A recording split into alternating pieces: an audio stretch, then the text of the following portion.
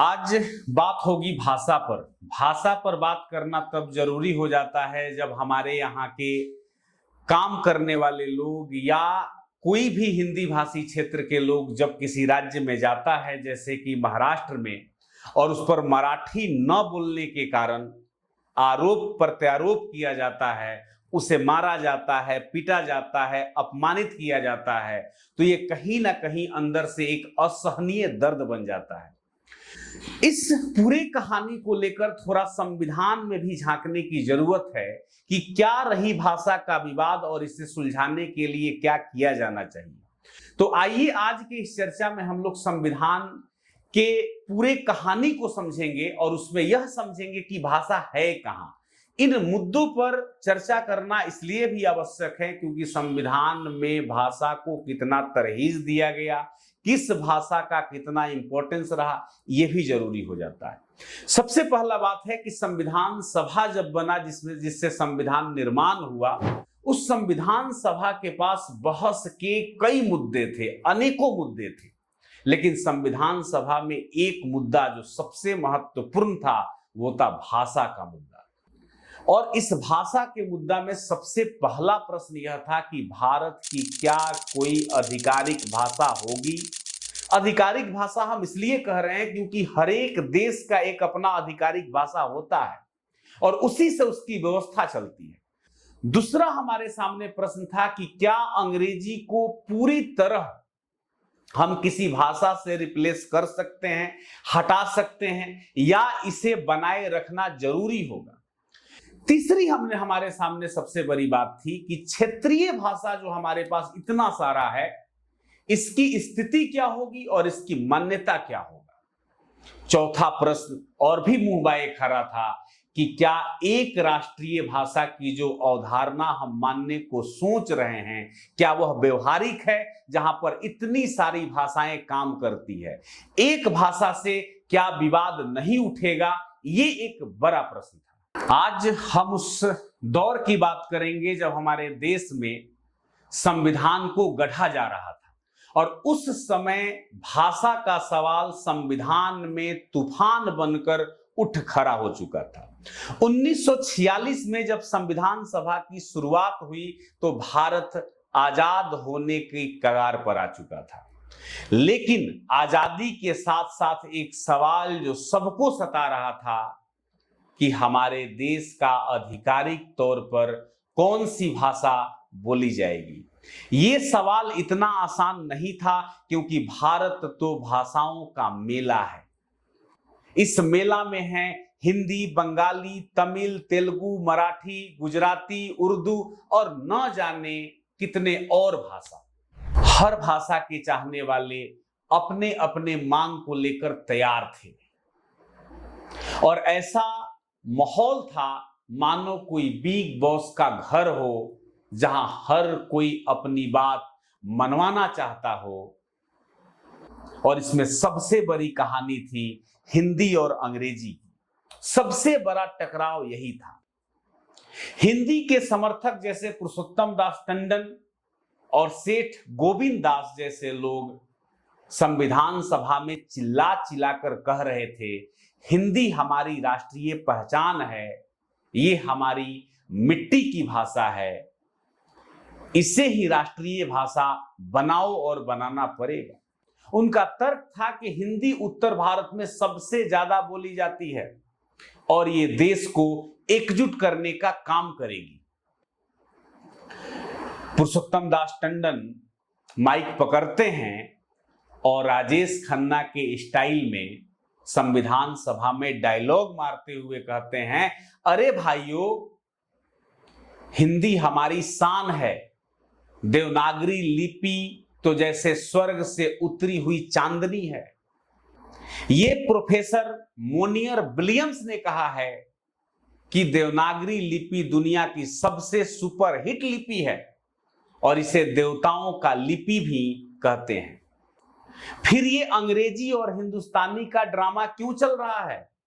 हिंदी को तुरंत राष्ट्रीय भाषा बनाओ वरना ये संविधान सभा दिलवाले दुल्हनिया नहीं, दंगल का मैदान बन जाएगा। दूसरी तरफ अंग्रेजी के पक्षधर खासकर दक्षिण भारत के नेता टीटी कृष्णामाचारी और कुछ बंगाली नेता कह रहे थे कि अरे भाई, अंग्रेजी तो वैश्विक भाषा है, ये हमारे लिए दुनिया से जोड़ने का पुल है, इसे हटाया तो हम पिछड़ जाएंगे।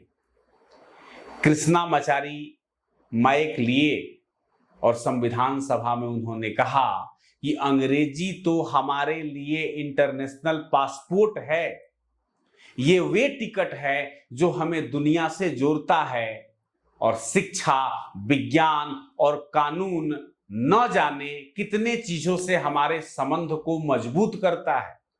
ये कृष्णामाचारी के विचार थे। अब मंच पर एंट्री होती है कुछ बंगाली नेताओं की, जो अंग्रेजी को बंगाली बाबू स्टाइल में सपोर्ट करते थे। बंगाल में अंग्रेजी का गहरा प्रभाव था और इसका कारण था कि ब्रिटिश राज की राजधानी कोलकाता रही।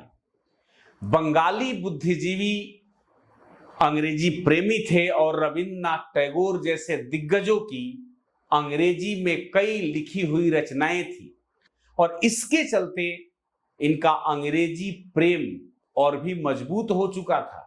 इन भाषाओं पे चर्चा के बाद गांधी भी कुछ सोच रहे थे, और गांधी क्या सोच रहे थे तो उस वक्त की हिंदुस्तानी भाषा का सपना देख रहे थे। गांधी का यह आइडिया था कि हिंदुस्तानी भाषा को अगर यहां पर लॉन्च किया जाए तो निश्चित रूप से हिंदू मुस्लिम एक दूसरे से जुड़ेंगे। मतलब हिंदुस्तानी भाषा का जो मतलब था वो ये था कि हिंदी और उर्दू का एक मिला हुआ स्वरूप। वे चाहते थे कि भाषा देवनागरी और उर्दू, जो कि फारसी लिपि में लिखी जाती है, में लिखा जाए ताकि हिंदू और मुसलमान दोनों इसे अपनाएं, और गांधी यह स्वीकार करते थे कि हिंदुस्तानी भारत की साझी संस्कृति का प्रतीक बनेगा।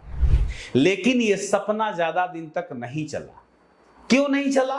क्योंकि हिंदी के कट्टर समर्थक जो लोग थे वो उर्दू के मिश्रण को बिल्कुल हिंदी में बर्दाश्त नहीं करना चाहते थे। उन्हें लगता था कि उर्दू का प्रभाव हिंदी के शुद्धता को कम कर देगा। दूसरी तरफ उर्दू बोलने वाले जो लोग थे उन्हें भी यह विचार आधा अधूरा लगता था। उन्हें भी लगता था कि उर्दू में आधा मामला कम पड़ जाएगा, और इसलिए भी उन्हें यह बात पसंद नहीं आई। मतलब दोनों पक्ष ने, हिंदू और मुस्लिम दोनों पक्ष ने हिंदुस्तानी भाषा के प्रस्ताव को नकार दिया। 1949 का समय आ चुका था और 1949 के समय तक में भाषा का मुद्दा संविधान सभा में आग की तरह भड़क चुका था, और अब बात यह थी कि क्या होगा इसके आगे। तब तक हम लोगों को एक बात और समझनी होगी, और वो कहानी समझनी होगी आर्टिकल 343 के जन्म का। यही से आपको सारी कहानी पता चलेगी। भाषा के मुद्दे पर अभी तक जो चर्चाएं हुई, कोई निष्कर्ष नहीं निकला था। इस मुद्दे से कोई पीछे हटने को तैयार था। आखिरकार दो लोग इसमें सामने आए। एक का नाम था कन्हैया लाल मनिक लाल मुंशी, जो कि गुजरात से बिलोंग करते थे। दूसरा व्यक्ति थे एन गोपाला स्वामी अयंगर, जो मद्रास के व्यक्ति थे। इन दोनों ने मिलकर एक समझौता बनाया और इसको मुंशी अयंगर फार्मूला के नाम से संविधान में जाना गया। इसी फार्मूला में कुछ बिंदु दिए गए जिसे हम 343 आर्टिकल मानते हैं या उस आर्टिकल का आधार मानते हैं। हिंदी को केंद्र सरकार की आधिकारिक भाषा बनाया गया ताकि हिंदी समर्थकों की मांग को पूरी की जा सके, यानी कि हिंदी के जो समर्थक थे उनके मांग को पूरी की जा सके। लेकिन यह भी अनुमान लगाया गया कि अंग्रेजी को पूरी तरह से हटाया नहीं जा सकता है। अंग्रेजी को इसमें 15 साल तक, यानी कि 1965 तक हिंदी की सहायक भाषा के रूप में रखा गया, ताकि प्रशासन में बदलाव धीरे धीरे हो सके और गैर हिंदी भाषी राज्य को समय मिल सके और वो हिंदी सीख सके।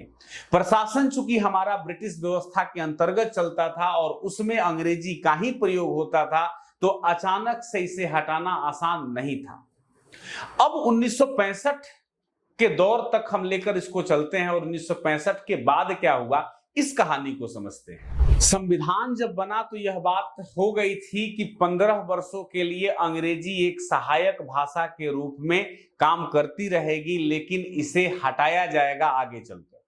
1965 का वही दौर आया जब हिंदी को मुख्य भाषा के रूप में प्रस्तुत करना था और अंग्रेजी को अपसाइड करना था। लेकिन जैसे ही यह मामला सामने आया कि अब हटाना है अंग्रेजी को, उसी समय में साउथ इंडिया में डीएमके ने विरोध प्रदर्शन शुरू कर दिया और इस डीएमके के नेता थे अन्नादुरई करुणानिधि। इनके टीम ने तमिलनाडु में जनता को इकट्ठा किया एकजुट करके, क्योंकि उस वक्त में भारत की भाषा हिंदी होने वाली थी, तो हिंदी से इन लोगों को नफरत था, क्योंकि भारतीय संविधान कहता था कि 26 जनवरी 1965 से हिंदी ही देश का एकमात्र राजभाषा होगा, और ये इन लोगों को पच नहीं रहा था। तमिल भाषा और संस्कृति के लोगों को यह ऐसे समझाया गया कि अगर हिंदी आ जाएगी तो उनके थाली से इडली और सांभर छीन ली जाएगी। तमिलनाडु वाले लोगों को लगा कि हिंदी कोई बॉलीवुड का विलेन है जो आ रहा है और उसकी तमिल की उसकी जो तमिल प्यारी भाषा है उस पर दबाव बनाएगा, उसे छीन लेगा। इस प्रदर्शन कर रहे लोगों में जो उस वक्त प्रदर्शन कर रहे थे, इसमें चिन्ना स्वामी और मुथु जैसे लोग भी थे जिन्होंने आत्महत्या कर ली, और इस घटना ने पूरे देश को हिला दिया, झकझोर दिया। इस जान देने की घटना के आंदोलन की गूंज दिल्ली तक पहुंच गई थी। उस वक्त तत्कालिक पीएम भारत के लाल बहादुर शास्त्री थे, और उनको ये लगा कि अरे ये तो बहुत गंभीर मसला है। उन्होंने आश्वासन दिया कि अंग्रेजी अभी जैसे चल रही है वैसे चलेगी, और इस तरह से डीएमके ने यह घोषित किया कि हम तो जीत गए। आंदोलन इतना जबरदस्त था कि 1967 में राजभाषा अधिनियम में संशोधन करना पड़ा और अंग्रेजी को अनिश्चित काल तक के लिए सह आधिकारिक भाषा के रूप में बनाए रखा गया। इस आंदोलन ने डीएमके को तमिलनाडु की जनता का हीरो बना दिया, और कांग्रेस जो उस वक्त की सिटिंग पार्टी थी, उसकी सरकार चल रही थी, उसे लोग विलेन की तरह देखने लगे। अन्नादुरई 1967 में इसी भाषा के दम पर तमिलनाडु के मुख्यमंत्री बन गए। अब आपको पता होगा कि हाल ही में महाराष्ट्र में उद्धव ठाकरे शिवसेना वाले और राज ठाकरे महाराष्ट्र नवनिर्माण सेना वाले, जिसे MNS कहा जाता है, मनसे कहा जाता है, ने 6 जुलाई 2025 को एक संयुक्त रैली का आयोजन किया जिससे बायस ऑफ मराठी कहा गया। यह रैली मराठी भाषा और मराठी भाषा की पहचान की रक्षा के लिए की गई थी। इसमें राष्ट्रीय शिक्षा नीति NEP के 3 भाषा के नीति का विरोध किया गया। इनका कहना था कि इस शिक्षा नीति से हिंदी सबके ऊपर थोपा जा रहा है। अब उद्धव ठाकरे और राज ठाकरे की भाषा और उद्धव ठाकरे और राज ठाकरे भी भाषा को हथियार बनाकर अपना राजनीतिक रोटी सेकने के पीछे लग चुके हैं, और इसकी कहानी तमिलनाडु से जुड़ती है क्योंकि तमिलनाडु में इस प्रकार की कहानी हो चुकी है। लेकिन सबसे पहले जरूरी है कि आप ये समझ लें कि 3 भाषा की नीति क्या है। ये भारत की शिक्षा नीति का हिस्सा है जिसमें कहा गया है कि स्कूल के बच्चे 3 भाषाएं पढ़ेंगे।